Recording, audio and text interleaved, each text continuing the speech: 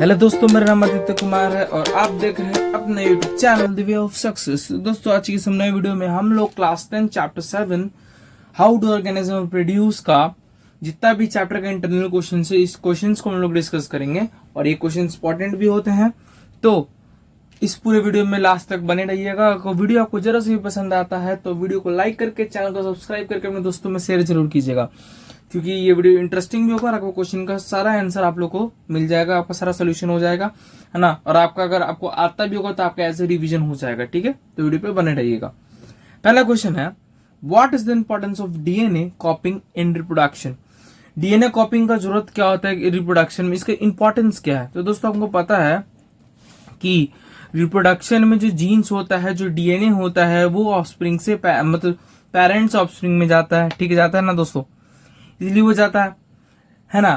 तो उस दौरान डीएनए कॉपिंग होना जरूरी है, क्योंकि जब डीएनए ही कॉपिंग नहीं होगा तो जो इंफॉर्मेशन, जो जेनेटिक इंफॉर्मेशन वो ऑफस्प्रिंग में जाएगा कहां से। इसीलिए तो पहला क्वेश्चन ये हो गया।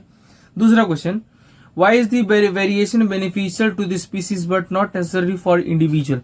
जो वेरिएशन है वो एक स्पीसीज के भी पे मतलब अच्छा माना जाता है, एक इंडिविजुअल एक जीव को देखकर नहीं माना जाता, पूरा स्पीसीज को, लेकिन एक को नहीं। क्यों ऐसा, कि उसका रीजन क्या है। देखिए, इसका सबसे पहले मेन आंसर है कि अगर एक इंडिविजुअल को, सपोज कीजिए कोई इंडिविजुअल है, उसमें खाली वेरिएशंस आए, ठीक है, और उसके जो बाकी स्पीसीज के जो यंग वंस है उनमें कोई सा भी चेंजेस वेरिएशंस नहीं है और वेरिएशन नहीं आएगा तो इवोल्यूशन नहीं होगा। अब ऐसे सपोज क्लाइमेट में ना कुछ अल्टरेशन आ गया, कुछ चेंजेस आ गया, ठीक है, और उसके स्पीसीज के अब किसी में कोई वेरिएशन है नहीं, तो कोई इवोल्यूशन भी कोई नहीं हुआ होगा, किसी में कोई इवॉल्व भी नहीं किया होगा, तो सारे के सारे स्पीसीज जो है वो मर जाएंगे, लेकिन वो बच जाएगा। तो क्या वो एक बचने से क्या उसके तो क्या उसके खानदान वाले, उसके स्पीसीज वाला वापस आ जाएंगे? नहीं आ पाएंगे, और ना ही उसका स्पीसीज आगे, उसका जनरेशन आगे बढ़ पाएगा।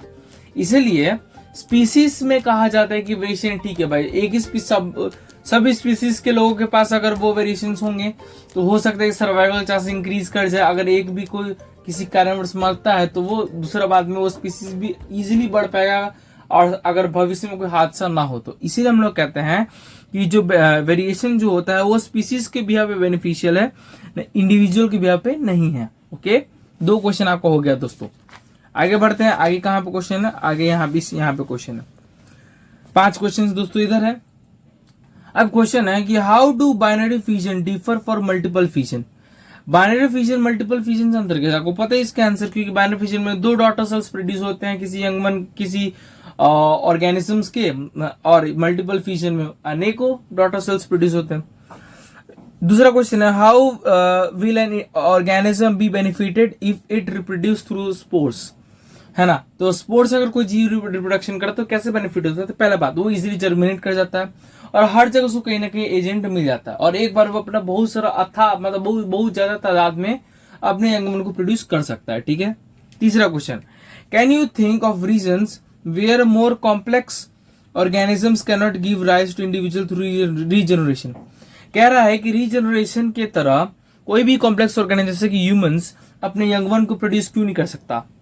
सबसे पहले तो बात यह है, समझने वाली बात आपको यहां पे आती है कि रीजनरेशन में पहली बार स्पेशलाइज सेल्स होने चाहिए, स्पेशलाइज टिश्यू होना चाहिए, स्पेशलाइज ऑर्गन्स होना चाहिए, है ना, और वो बाहर से कट होना चाहिए कोई इंडिविजुअल द्वारा, तब वो जाके ऐसे ग्रो करेगा, बाहर से किसी एजेंट द्वारा कट होना चाहिए। तो क्या इंडिविजुअल, हम लोग अपने शरीर, हम लोग को पता है हमारा पूरा शरीर स्पेशलाइज सेल से भरा हुआ है, स्पेशलाइज पार्ट्स हमारे शरीर में, तो क्या हम अपने स्पेशलाइज पार्ट को काटेंगे तो भाई हम लोग जीवित रह पाएंगे? नहीं। तो रिप्रोडक्शन की तो बात ही छोड़ दो भाई, इसीलिए हम लोग में ये नहीं हो सकता। ठीक है। उसके बाद है चौथा question, why is vegetative propagation practice for growing some types of plants. तो पहली बात, वेजिटेटिव प्रोपगेशन कुछ ही प्लांट्स में क्यों किया जाता है, क्योंकि वेजिटेटिव प्रोपगेशन में उन प्लांट्स में किया जाता है जिनमें सीड्स उगता ही नहीं है। ठीक है, मैंने बहुत सारे प्लांट्स को ऐसे इसके मोड में डिस्कस किया था, आप लोग पहले का पार्ट जाकर देख सकते हो। ठीक है। और दूसरी बात, उनमें ग्रोथ भी अच्छा होता है, वो बीमारियां से राहत होती है, तो एक्सटर्नल कैसे। लेकिन मेन चीज है कि वैसे प्लांट जिनमें सीड्स नहीं होते उनमें वेजिटेटिव प्रोपगेशन किया जाता है, उनके पार्ट्स के द्वारा उनको उगाया जाता है, उन्हीं के प्लांट के पार्ट्स के द्वारा। 5वां क्वेश्चन है, why is the DNA कॉपिंग an essential part of process of reproduction.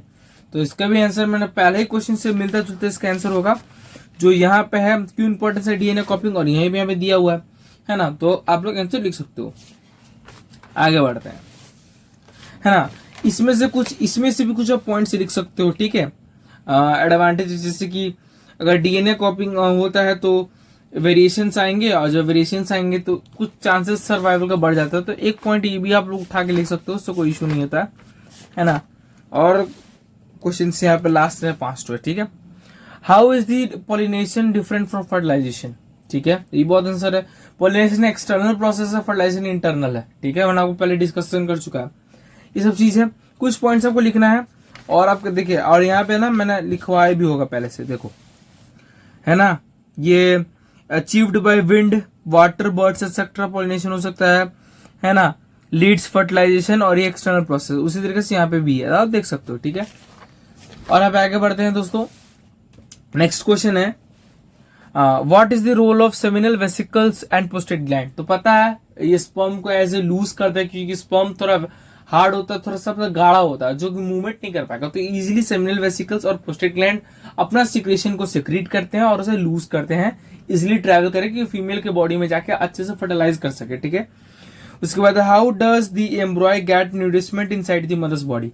तो एम्ब्रॉय पहले बात इम्प्लांट हो जाता है द यूट्रस के वॉल पे, है ना, जिसे हम लोग प्लेसेंटा कहते हैं, और वहां पे वो विलीज के द्वारा उसको ब्लड और ये सब मिलता है, उस तरीके से वो न्यूट्रिएंट्स होता है, ब्लड में सारे न्यूट्रिएंट्स रहता है, ठीक है।